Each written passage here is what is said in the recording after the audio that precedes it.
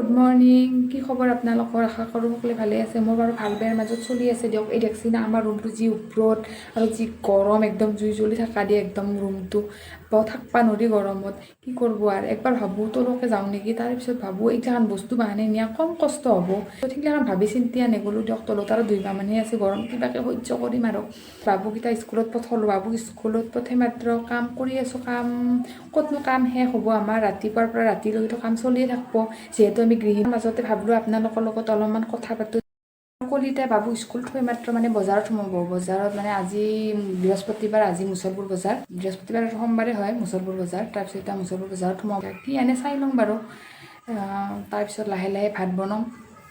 গৰমত বনাব মন নাযায় ভাত কিন্তু খাব লাগিলেতো বনাবই লাগিব উপায় নাই বজাৰৰ পৰা আহিল ময়ো ভাতখিনি পটাপট বনাই লওঁ নহ'লে ভাতে খাব নাপাব কলিতাই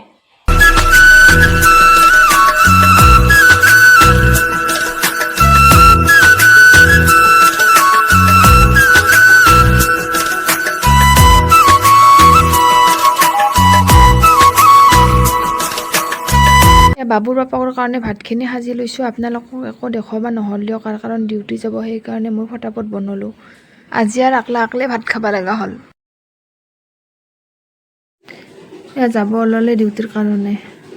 দেখছি না বাপে পুতেকৰ মৰম বাপৰে ডিউটি যাবৰ কাৰণে ওলে ৰেডি তামোলপুৰ ডিউটি নিব বোলে 15 আগষ্ট আহি আছে না সেইকাৰণে এয়া গ'ল ডিউটি বাবু আৰু মোক চাই যাই আছে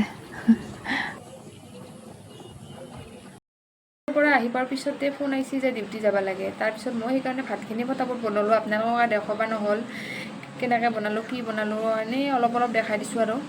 আমাৰ মানে প্ৰব্লেম কি হয় 17 আগষ্ট তাৰিখে বাবুৰ বাৰ্থডে সেইকাৰণে মানে আমাৰ ভাবাই নহয় যিহেতু 15 আগষ্ট ডিউটি নিয়ে ডিউটি যাবই লাগে কি কৰিম কি নকৰিম মানে একো ভাবা নাযায় তাৰপিছত যোৱাবাৰো মানে এনেকুৱা হৈছে কি